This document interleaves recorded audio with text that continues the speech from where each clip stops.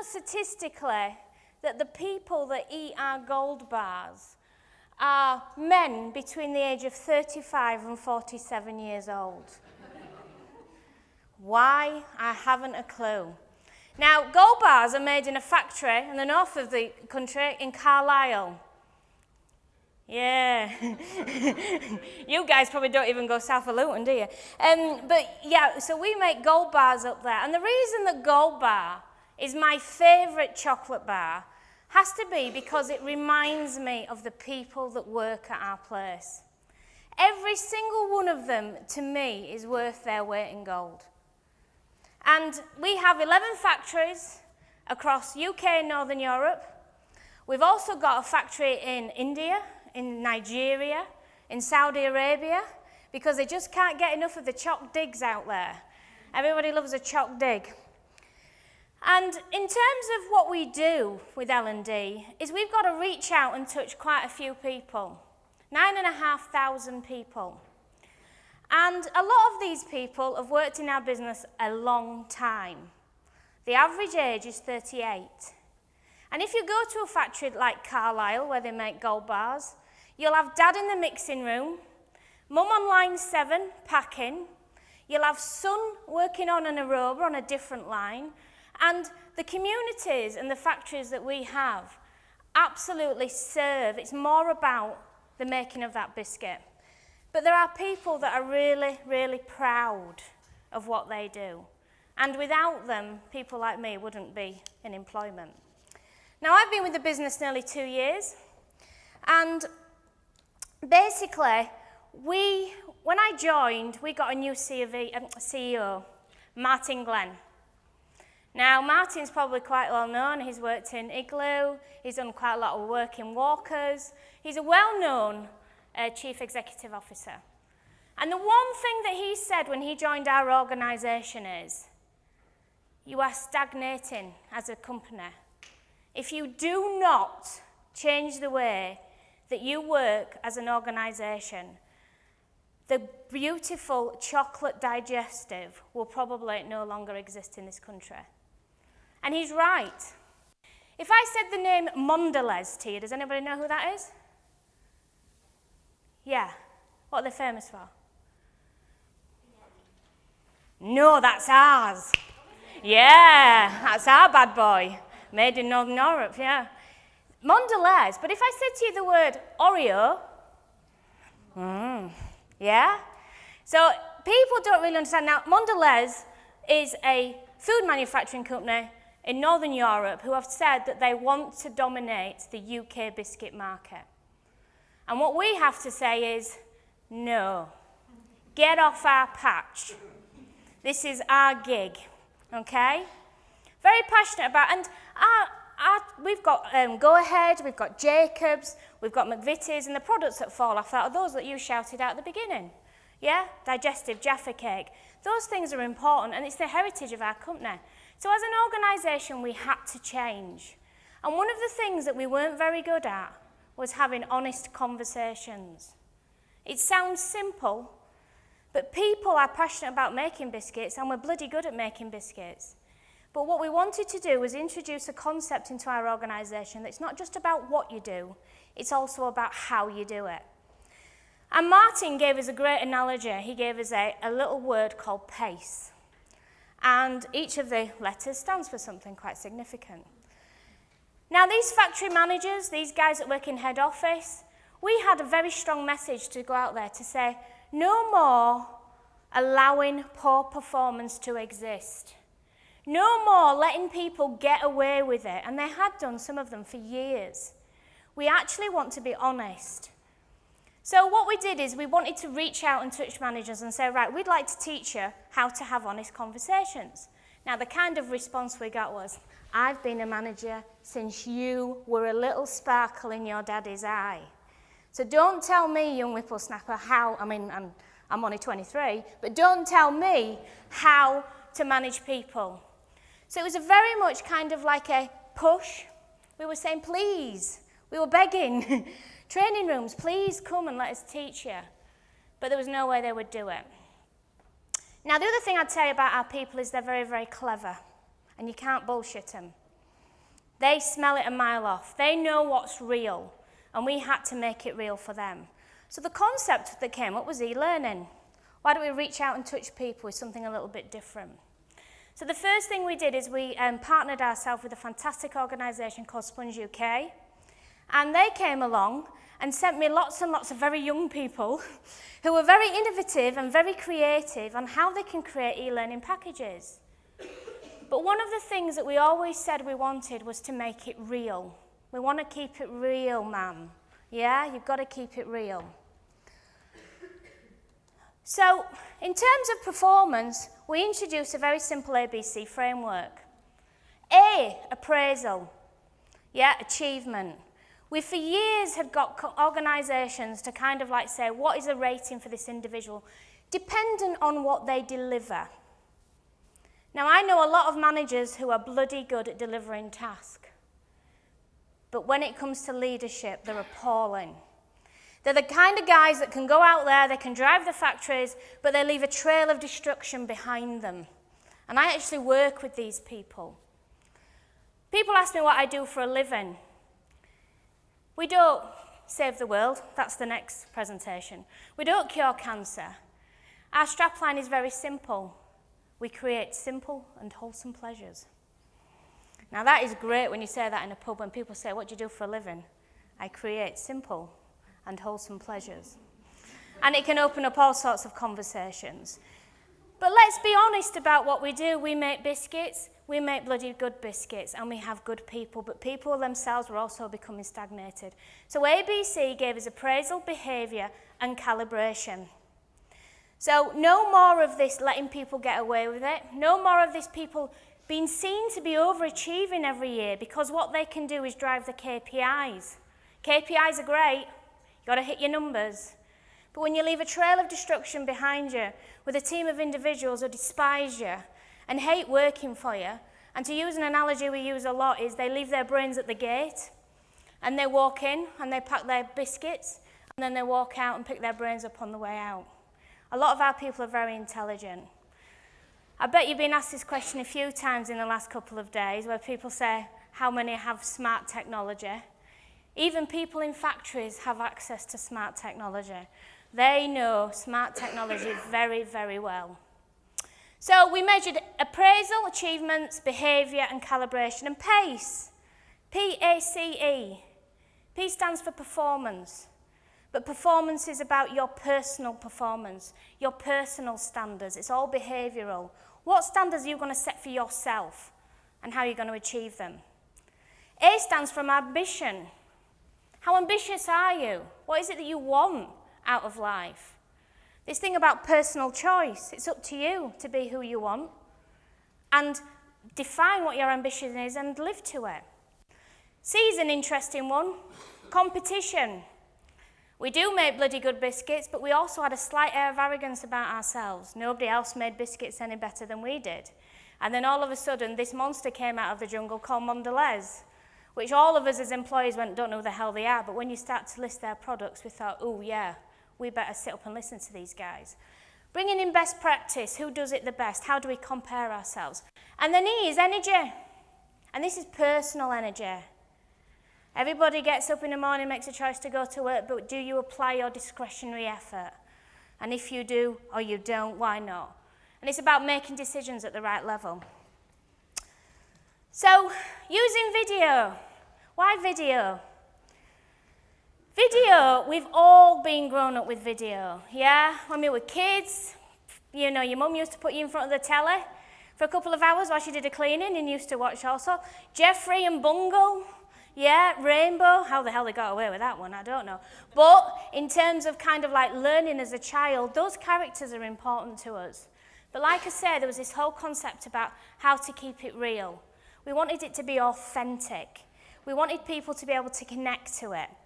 So the choice that we took was, through working with Sponge in partnership, they provided us with some great professionals who helped us script what we were trying to say. We wanted to show performance management for how it's good. We wanted to show performance management for how it's bad. And people to actually see it. And they gave us the crew that came with it, and we went, and the authenticity of it was we wanted to film it on our site. So we went to the home of the gold bar, Carlisle, which did upset Sponge quite a bit because I don't think they'd gone that far north. And in terms of Carlisle, is filming it actually on site, so it was familiar to people as well. The surroundings, you could actually see and feel it. But then we wanted to take it one stage further. We didn't want to use actors.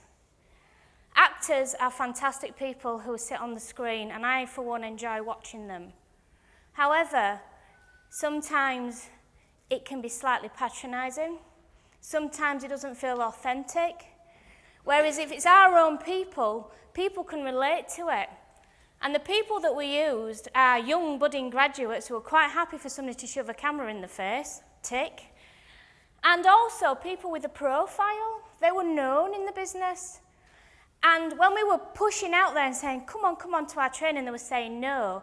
When it got out there that there were two people who they knew performing on a video, people are curious.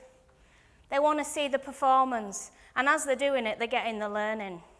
Yeah?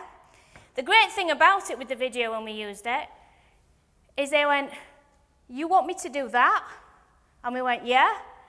Oh, well, you better come and give us a training course. So no more pushing, it was pulling. Come to site, show us, teach us, help us, support us. Do a little bit of statistic for you. This is Dale's experience triangle. So if you start at the bottom there, 10% of what you read, yeah? After 2 weeks, people remember 10% of what they read. After 2 weeks, people remember 30% of what they see. But add the two together, you get 50% of see and hear. And it's the experience. And also the experience for us was people having a laugh at some of our people actually having a go at acting or trying to show concepts. So, making it real. Keep it real, man. This lady works in my team, and her real name is Francesca Pauli. Now, Francesca is a manager. However, to protect the innocent, we couldn't use the names of her people. So we gave her a fictitious name, and she was called Karen. However, she is a manager, and she has had experience of managing people. Then what we had to find was another character called James. Francesca was playing the role of the manager. We had to find an arrogant male factory worker who only cared about his own performance than that of his team. I can tell you there was quite a few to pick from. And interestingly with these egos as well, when you say, come on and be on our film and everybody's going to see it, 9,500 people across UB International, Northern Europe, there was one individual who stood up and stepped forward. And I'm glad he did. And when we did the bit at the beginning and we scripted it and we spoke to him, he was really enthusiastic. And there's a young lad called Ian Drummond, 28 years old, done a lot in our business, great profile, project engineer, got his degree at Oxford, everybody loved him. And then it was a case of, it's dead easy, Ian, just be yourself. That's all I want you to do. I want you to answer the questions when Francesca throws it at you, and how would you answer that? And he gave us great examples of what bad looks like. Yeah? So, in terms of the technology, this is where I get, reinforcing the learning is an interesting concept. We didn't make it mandatory. Thou shalt watch this. We didn't do that. We sent it out as a link. It fell into people's email boxes. We'd made noise and about ABC and about the fact that your performance will be measured not just on what you do, but how you do it. People intrigued on what does that mean for me? So we sent out the messages and people were intrigued. And when we sent out the link, we said to them, it's there for you if you want to play. Out of the people we sent it, 62% of people clicked on it. Now, whether they just clicked and walked away, yeah, they may have done, because the way that this was designed is there's no test at the end. It is a toolkit for a manager to dip in and dip out of. So if they're going to have a coaching conversation, quick little flick onto it, remind myself of the skills, the tools, walk away, go away, apply the learning. Yeah? We have, out of that 62%, 15% of those people watched it from start to finish. There's the introverts in the world. They read it from cover to cover. They clicked on every click. They watched every video. But yet, when you drill down on that 15%, they revisited as well. We had a lot of people actually revisit the learning. So, good practice. Francesca and Ian were playing the role of Karen, the manager, and also the role of James. Now, James's character, it was a guy I used to work with in a different organisation. Yeah? When he walked into his room, his ego filled it first, and then he'd walk in behind. Very proud of his own achievements, and Ian, a very similar character. So what we wanted to demonstrate to people is what does good look like. So I went to your site recently to sort of do a review with some people, people in your team and other just general colleagues around you, and to find out how the team is performing. And there was a bit of a feeling of low morale in general from your team at the minute. I've heard a few issues really. One is that they don't really feel that they're listened to, and the other is that your style is very much quite an autocratic style, but they don't really feel that there's much collaboration and that their ideas get taken on. So how would you... It comes a bit surprising to me. I don't understand why they'd have low morale, because obviously we're the top site in the group, and I do make every effort to communicate that out to them. Mm-hmm. And obviously, what they're doing is important to the performance of the site. Okay, what we're trying to demonstrate here is honesty. So Karen framing it and focusing on the how as well as the what. The response from the individual is that I don't understand it. My site performs, I do really well. But what she talked about was gaining feedback and how people felt about things. And that was really a new concept to UB. Giving feedback and talking about people's behaviours was very new. So leading on from that. Okay, so by the next meeting, I would like if you could come back and sort of show how you've implemented more of those PACE behaviours by building those personal relationships, and hopefully we'll have collected some feedback by then that says that the team are feeling a bit more motivated. Okay, Karen. Yeah, I can do it. I'll try my best. Okay, great. Cheers. Nice to see you.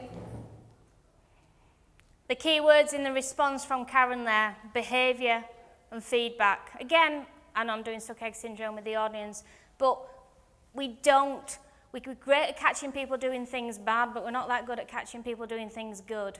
And feedback is quite a new concept for our organisation. So, you've seen the good stuff, this is the bad stuff. And this was Ian at his best. One take.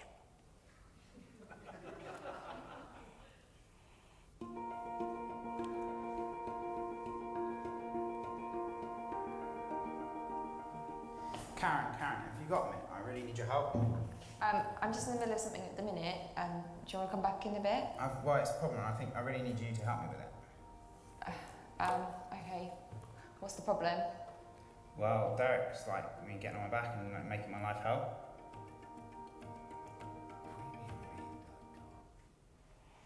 That's Ian at his best. Just be yourself. Just go and ask the question. Go say you've got a problem and how it is. And in the e-learning as well, we stop at each point and say, what is the best choice of response at this level? But surely that's your job, I don't really think it's my job to do that, because at the end of the day, you have to take responsibility for your site and your actions. Classic response. Yeah, it's not my fault, it's your fault. It's not my job, you need to do it, you need to deal with it. And as much as she's saying it, you don't feel it. And that's a lot that happens. Yeah? Thanks, Max. Another one? Remember, this is bad example. Thank you. Yeah, I'll speak to him on this occasion then, but I won't, forever be having your conversations for you. You need to do it yourself. How many times have you seen managers do that? Okay, all right, yeah, just this once, I'll take it on. Monkey management, again, a concept I'm sure you're all familiar with. A lot of monkey management. Yeah, here's my monkey, what do I do with it, boss? Give it me, I'll put it on my back and I'll go fix it for you. Yeah, keep the monkey with the person that owns it. And that's one of the concepts that we always, and this is why people choose then to leave, as they say, their brains at the gate and pick them up on the way out, because they don't have to make decisions. Managers will always do that for them. So that was just a little quick glimpse and example that we've actually pulled together to show you the good, the bad. And there's lots and lots of these scenarios, and they're based on true scenarios as well. And they're based on actually what's happened, so people could relate to it. Like I say, people were curious. They wanted to get and see Ian and Francesca perform and understand what it was, but people went back time and time again. I think because what we did is when we played the video, we stopped the video. We reflect on the example. And then the learner has options to actually click and select options that they think are the best, how to respond to this situation. Also, what we've got is we bring in concepts like grow, for example, coaching. So the example I showed you with Ian and Francesca, there's my problem, what do I do with it? It's okay, I'm your manager, I'll take it away and I'll fix it for you. The conversation could have been a hell of a lot different if she'd applied the coaching techniques. So it gives people what makes a good coaching manager, helping your team to grow, what you can do. And then what we have is a toolkit. There's tools as well, because a lot of people know GROW, G-R-O-W, know what it stands for. But a great coach isn't the one that has the answers, but the great questions. So what we did is we incorporated what we thought to be great questions at each level. And then changing behaviours. You used to walk into a canteen in a factory at break and you'd see people playing dominoes or playing cards or having conversations. Now when you go into a canteen at break, what you see is everybody's faces lit up as they stare into their tablet or their mobile phone. Yeah, we've got great ambitions that what we want to do is help change behaviours that we need to implement in a manufacturing environment with these people that spend time staring into these tablets. Believe me, that's quite scary on night shift when it's quite dark and all you can see is these faces lit up. Yeah, but pushing stuff out there like health and safety, things that are important, processes which are quite simple, showing people on video rather than putting them through extensive 3 weeks training. And our mission is simple. We want to change behaviours. We still want to remain the #1 biscuit company in the UK. Mondelez don't scare us. And also we want to introduce the concept of behaviours through PACE. So we've got a lot to go at. We're in year 2 of our strategy. And with using video and using other techniques, I'm sure we can get there. Thank you very much. So we were set up to say, how can we up the quality of leadership across the NHS? How can we make sure that things like that happen less and less often?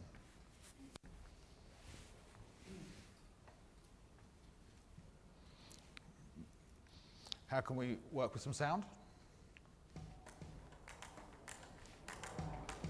Thank you. The NHS is the institution that makes us most proud to be British. In a recent Commonwealth report, the UK health system was ranked #1 in the world.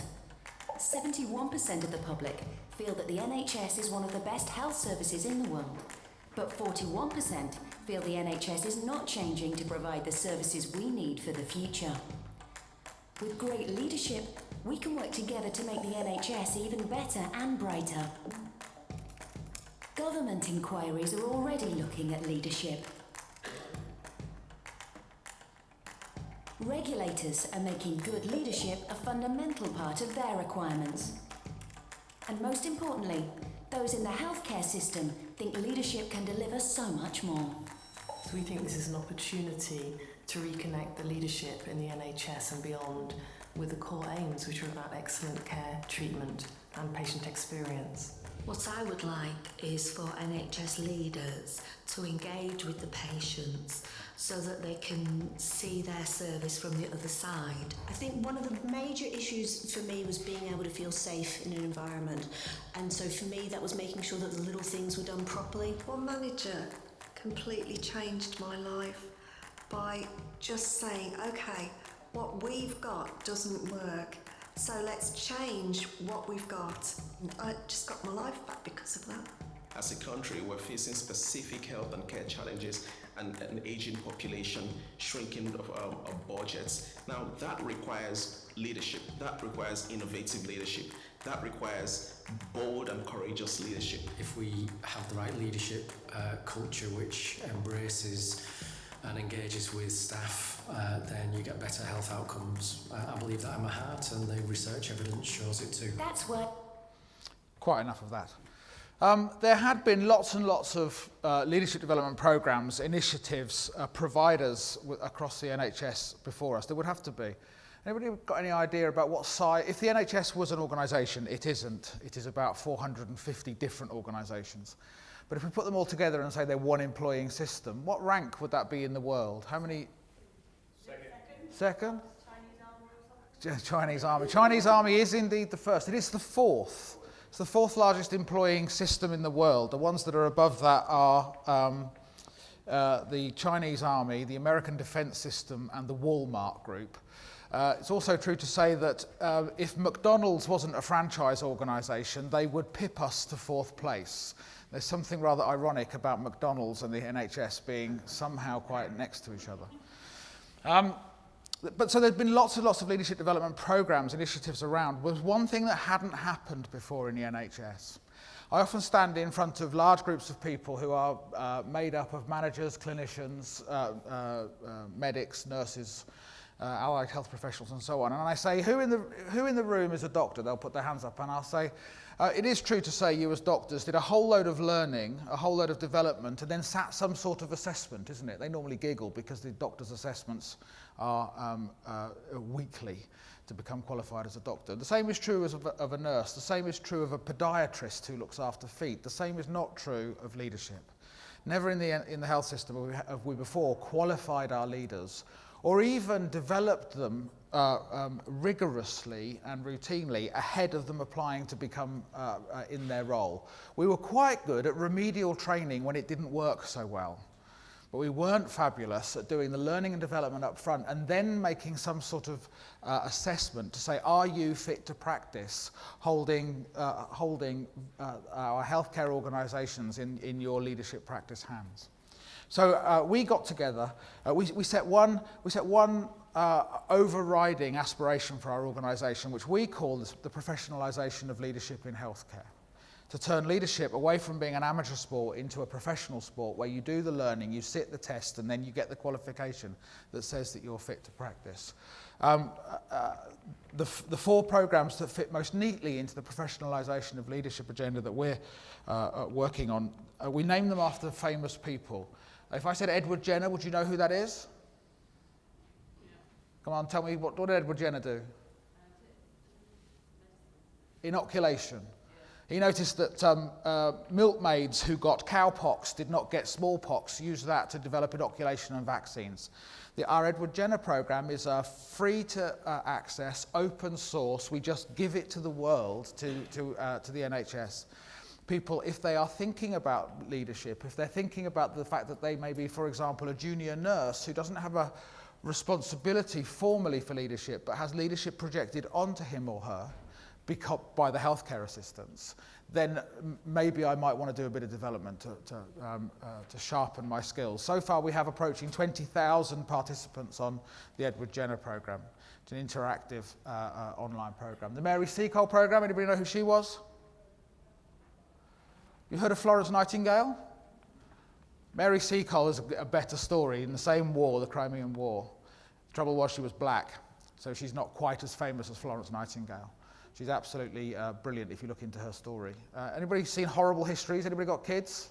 Search on Horrible Histories on the internet under Mary Seacole, and you'll find a fabulous little video about the competition between Mary Seacole and Florence Nightingale. Mary Seacole program is for aspiring first-level leaders. You want to take on your first leadership role, do this program first. There's interactive work online, and there's some face-to-face workshops as well. You'll qualify, and then you can apply for the first leadership role. Elizabeth Garrett Anderson, anybody know who she was? Any radical feminists in the building? Elizabeth Garrett Anderson was the first qualified doctor in this country who was a woman, and she was the first Justice of the Peace. Elizabeth Garrett Anderson program is for aspiring senior leaders. If you want to take on a big portfolio where people report to you who have teams of their own, then this is the right program. It's a 2-year master's program running in collaboration with the Manchester Business School and Birmingham University. And then the last one is Nye Bevan. Surely you know who Nye Bevan is. He was the founder of the NHS. Just after the Second World War in 1947 or 48, he built the NHS and the system of social care that we enjoy in this country, quite rightly so. The Nye Bevan programme is if you want to join a senior management team and executive team, but essentially take up a board position with the NHS, do this programme. Face-to-face work and online work, and that's the programme that you'll see. To do this, we couldn't do it alone. 1.4 million people in the NHS, probably something, depending on how you count it, like 1 million of them would qualify for one of these programs. So we put together a consortium of different providers. We went to find partnership working with some of the best organisations we could find. For the virtual campus that I'm going to show you around, then we work with well, one of the most important things to us is patients. Patients are absolutely the heart of everything we do. We're not just teaching leadership or developing leaders. We are promoting leaders to look after and promote staff engagement and patient care. So patients were right at the core of what we do. So therefore we have a patient organisation in amongst our consortium. That's National Voices. KPMG, Manchester University, University of Birmingham, they provide lots of the content and the project management around this. And Leo, the online virtual campus, as far as design is concerned and the build of the software. As far as other content is concerned, Erasmus University, Harvard professors come over and input in that stuff as well.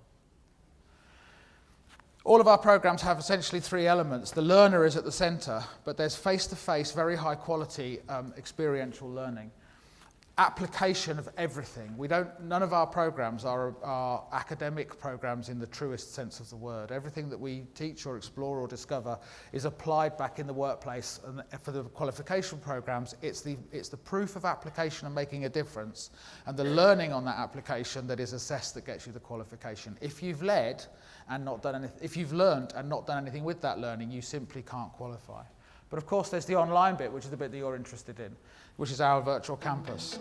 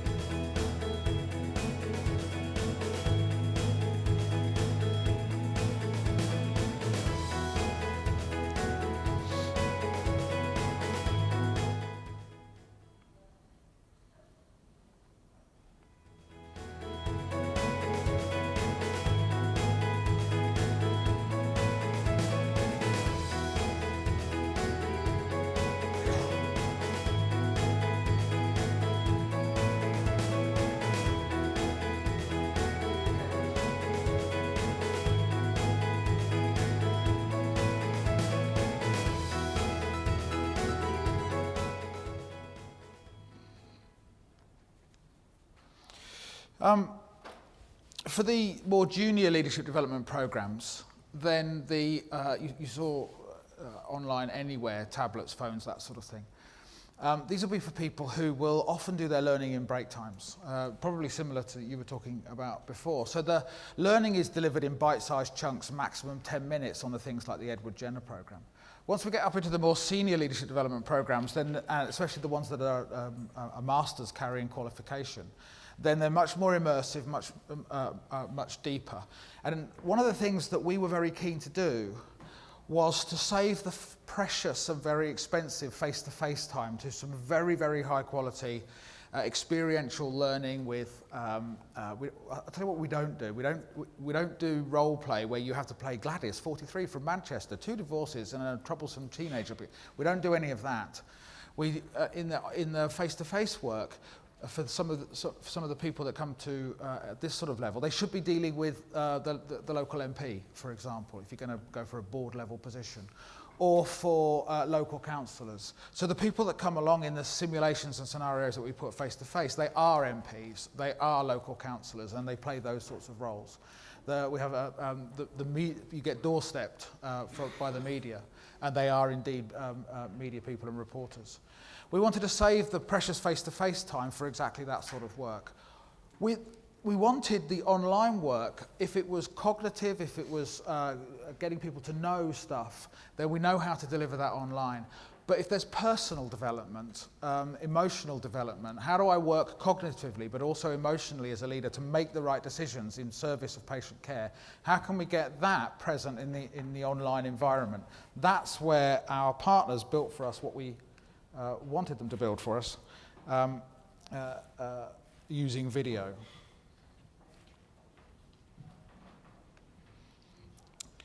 Here's an example of the video that we use. Everybody, you must have been watching the news and know that A&E is under massive pressure at the moment. This scenario that you're about to see was built about a year ago and sort of predicted the sort of things that fairly senior, but not really executive, fairly senior leaders will be faced with on a daily basis.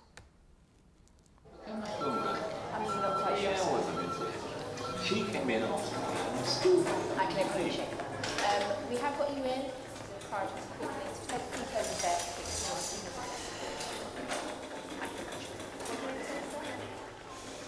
Here it was. Keep this vacant, please. Listen, I want to see someone else. I want to see a doctor. I need to see You'll be fine with me. Just doctor. relax. Yeah, but I don't like the way you're doing that, darling. You all right? Yeah, you? Yeah. Friday night. Should you be out enjoying yourself or something? Chances would be a fine thing. We're not getting anywhere on these waiting times. Yeah. I need to catch up with you on that. Can you drop in and see me before you leave? Yeah. CEO called me in this afternoon. Big push to get waiting times down and patient ratings up. With no additional spend. Is that all? Get the team together, knock a few ideas around. We've got to come up with some quick wins. Laura, we've been down that road before. If it were really that simple, we would have got We've got to somewhere. do something, Alex. Quick wins. Okay.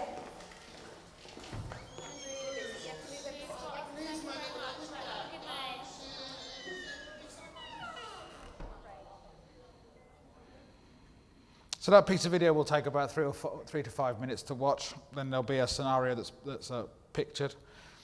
And then you follow the story of the individual leader responding to the pressure. Well, the A&E couldn't keep up with the number of patients coming in. In fact, demand was so high that there was no way we could achieve and so on. More plates.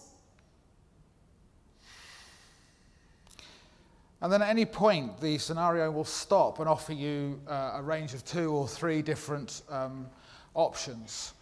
So the option being offered here is, does this manager of A&E reorganise the staffing for the A&E department in a short term to cover the demand that's coming on? Do they do some research and analysis to understand what is it that's driving people through the front door in the first place? Or do they try and do both? Typically, the answer's, what do you think? Let's ask, what did this guy do? There's too many people coming through on a Friday night through the doors of A&E. Many of them are drunk. He's got 3 choices. Change the staffing rotas so that he's got more staff on a Friday evening. Do some research to find out what's bringing these people in, but that'll take a couple of months whilst his boss says, I want something done now. Or try and do both at the same time. What would you do? Do both? Yeah. That's the most typical response. Is this one down here? They'd say do both. I won't click it because we're running out of time. And then the scenario runs forward and you can see what would happen. Initially, everybody's happy. The manager is very satisfied that, oh, it looks like something's being done and we've got heavier staffing for this week. As things unfold, though, they haven't got to the root cause of the problem. The staff are increasingly pissed off because they're having to work late over the weekend. It doesn't really stem the flow and it doesn't solve the problem. It also makes the leader who's at the centre of this story get more and more stressed out. So you think, okay, maybe that's not the best scenario. Then you can go back and you can try a different one. And then all the way through, I'm not sure if I can find it straight away now, all the way through, in the end, we decided to take a more balanced. Give me the option. Yeah, there we are. The scenario has quite clearly indicated the real challenges in dealing with a wicked problem. Why is this a wicked problem? Well, firstly, it's because it affects not just the NHS, it affects people beyond the NHS. But most importantly, the resolution of a wicked problem also lies beyond a single organisation, such as the NHS. But in such circumstances, the tendency for managers and senior leaders is often to go for the quick fix.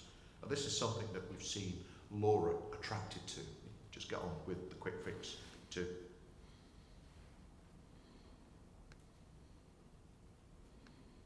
So, you're going to work for me? Yeah, you are. So there's lots of scenarios through that. So as the program builds and the modules unfold, there's lots of scenarios that put people vicariously in real situations underpinned by real stories and real research that we did to build the programs. And all the way through, people can see the reality in it. But more than that, what I think we were able to do, probably because of bandwidth, frankly, through video, is to provoke people's emotions, to bring them into real decision making, as opposed to what I think used to happen with virtual learning, is because emotions would not be provoked necessarily within the scenarios that would be built, because it's not done through video, that virtual learning went north. It went into the head. It was good at getting knowledge. It was good at content. It was good at rational cognitive analysis. It was good at developing that stuff. But it was less good at helping people understand emotional intelligence, personal development, and where they are as a human being and the decisions that they make. That's one of the big differences, I think. We often ask as an academy around the subject of leadership that leadership is really about understanding what's it like to be on the receiving end of you.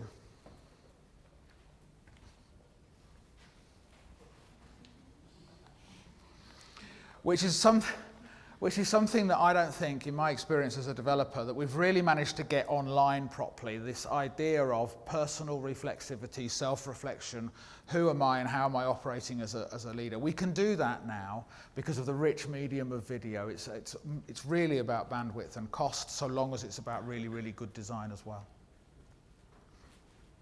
Thank you.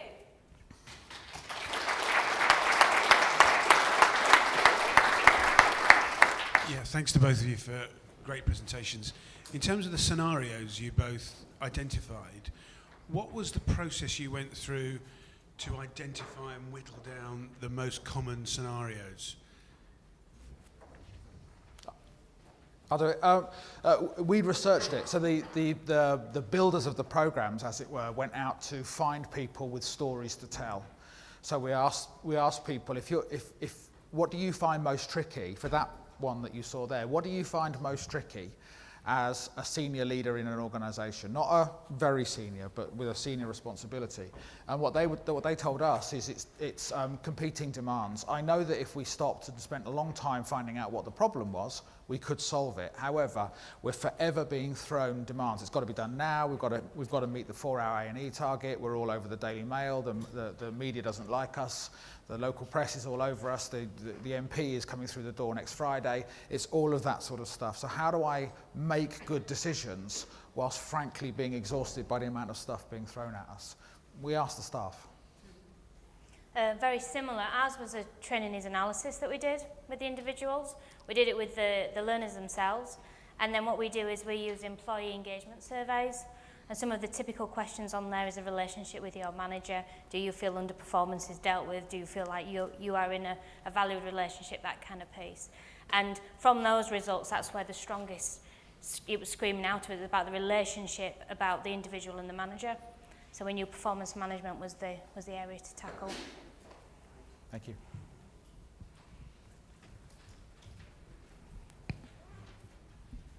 Sorry, yeah, I agree. I think both your presentations were fabulous. I love the definition of leadership. You know, what's it like to be on the receiving end of you, which I think is kind of the same for you. Like, what's it like to be on the receiving end of an ego that fills the room before the person gets into it? So that's brilliant, and it's something that certainly I'll take back.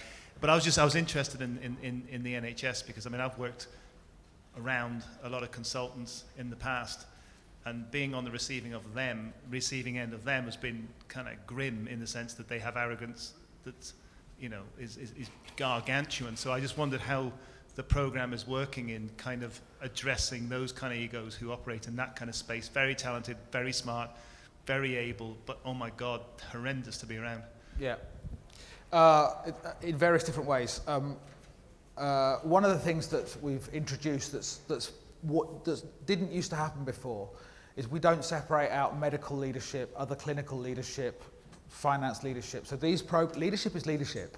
Yes, context is all, and context and background is very, very important, especially when it comes down to application. How do I apply the learning?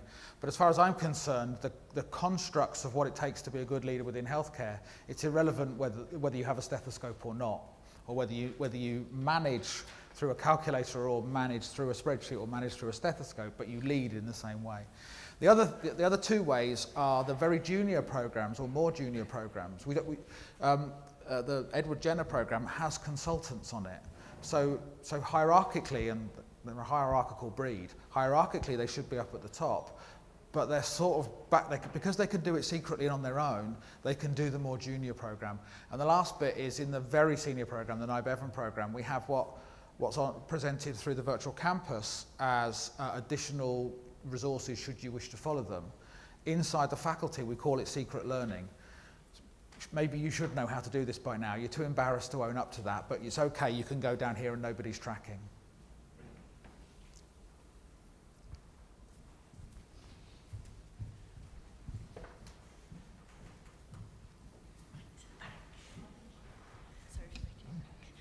Great presentation, both of you. Really, really enjoyed it. Lisa and I spoke earlier on one of the Google Hangouts, and I found it really good to get a bit more context around what you're doing. And it's a question for both of you, really, about what role do you think that video has to play in terms of performance support in the future for learning? Performance support? In our industry, a lot, obviously, in terms of performance on the shop floor, using sharp kind of, minutes, seconds, videos, demonstrating good practice in, simple tasks on the shop floor can help in terms of that. And also, we can use it a lot for we have what we call downtime, obviously, unfortunately. We blame the engineers, it's their fault.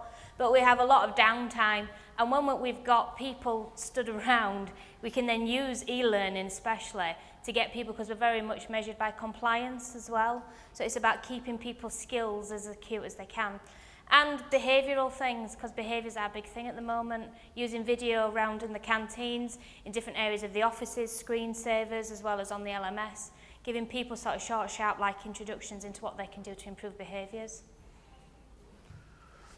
Similar. We're in the process of launching ourselves also as a membership organisation with sort of bronze, silver and gold membership. And bronze membership would be free of charge, it just means you register. And there'll be resources within that where people can go and do on their own or nudged by their colleagues, shall we say, some helpful or possibly remedial training. Sorry, did you say that was free? Will be. The bronze membership will be free. 1st of April is our launch date for it. We're talking a bit about it. Our metaphor for it, when we were building the programs, we did big programs and built them very, very fast. Have you ever seen the Wallace and Gromit, where Gromit's putting the train track down one bit at a time? Well, that's how we built our programs. The participants were the train coming down, and we were at the front just putting the next bit of track down. With a membership offer, it has to be different. it's more like a garden. So we will open the doors, people will come through, and we can't just have a whole load of dug beds there, can we? We need a few flowers. So we're beginning to populate what that offer would be. Some of it will be video based, and some of it will be self-assessment, part of a 360. Some of it will be webinars and resources, and then we'll do a charging model to give extra value as you go up. Hello. I thought the production values for both courses looked incredibly high, particularly yours, Chris. I just wondered for both of you, how many people were involved in designing, scripting and making the videos, and how long did they take? Well, mine was quite simple. Mine was the partnership with Sponge. They were a fantastic team who helped us take out what was in my head in terms of what we wanted to make different and what behaviours needed to look like, and translate that into some great scripting. I think as well the reality of the scenarios that we used and the real people, because a lot of that was just one take. It was just like, just have that conversation. So from start to finish, it took us an afternoon to film it. And then from Sponge's point of view, in terms of production, we had like the product coming back and refinement, but all end to end, it was no more than 4 to 6 weeks, I would have said, in total. Ours was a little longer. But it was good, but also the quickest. So we did something that's unusual within the NHS. The NHS has lots and lots of procurement rules. So it's very good at buying stuff, so long as that stuff is in an invitation to tender written down really clearly. So we want everything like that. Well, that wouldn't work for us. We wanted to buy a partnership or a set of partnerships, which drove our procurement people mad. It gave them no numbers to add up and say who to award the business to. So we arranged the partnership with various people in the consortium. As we got to the last stage of the tendering process and interviewed providers, universities, most universities said, we can't build this in 6 months. And we said, that's a condition of doing it. Leo, Line, Communications as they were, Manchester Business School and the University of Birmingham managed to build some big programs very, very quickly. That did cost. I mean, there's no doubt about it. There's some money in here, but for the production values. But one of our messages was to the NHS. The NHS doesn't have a great story of using technology, does it? What we wanted to say is, here's something that you can do that uses technology that's to this value and is a good economic value as well. And you can, dear NHS, you can get it right. Any other questions there? Hi, to Lisa, I think. I'm in the manufacturing industry as well. God bless you. So my question is really getting that learning material to the shop floor people. Yep. We tend to get a lot of pushback from their managers actually saying they can't access it, they don't have an email account, they don't have access to a laptop, whatever. So did you purely use sort of smart technology, their own devices? Yeah, we have learning centres at each of the factories. So like I was talking about that downtime, because the managers tend to come up and say, the line's down, what can I do? The expense that we've had is the ADID licenses, where individuals on the shop floor do have an IT identity, but we're investing in that.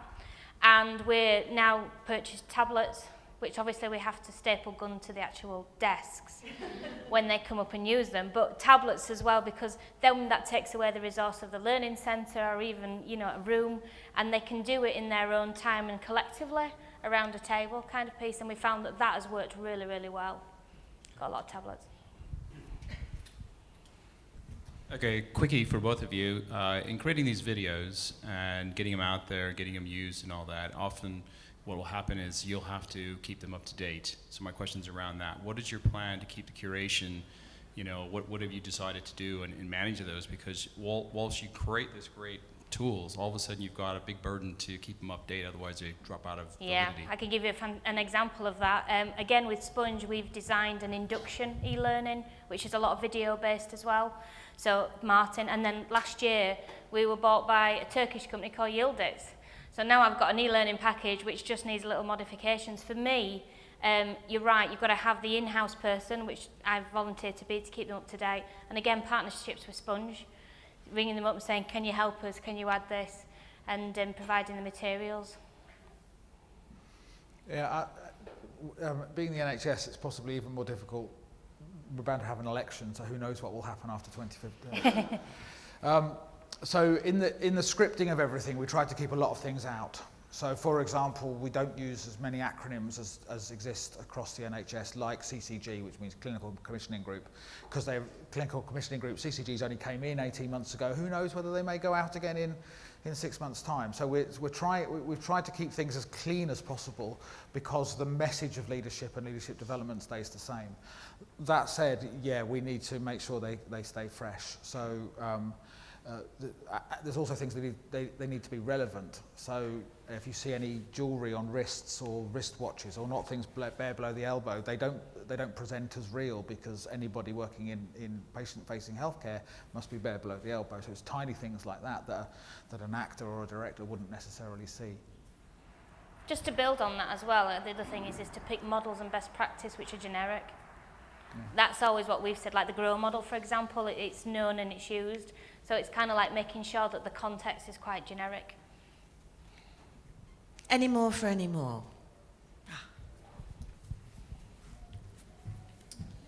I'm not sure if you answered this already, but basically there's not everybody who needs to follow training actually does follow training. Isn't this more of a problem when you're in a video environment than if you are in a classroom environment, or is it?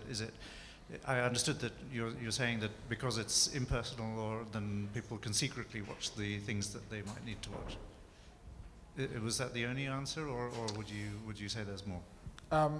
One of the things that we're doing as an academy is not short term. It's a medium to longer term intervention, which is around the professionalisation of leadership in healthcare. It will take time, but in some years, if we're successful, then to be able to get the jobs that you want to go for, you won't be able to get them if you haven't done the learning, but more important, you haven't done the assessment and passed it. It's a bit like a driving test. You won't be allowed on the roads until you've gone through the learning program and then you've taken the test. Any more? No? Right, thank you very much. I've thoroughly enjoyed both of those presentations, and I really look forward to seeing sort of the outcomes. Hopefully come back next year and tell us how the metrics work out. Thank you very much. Thank you.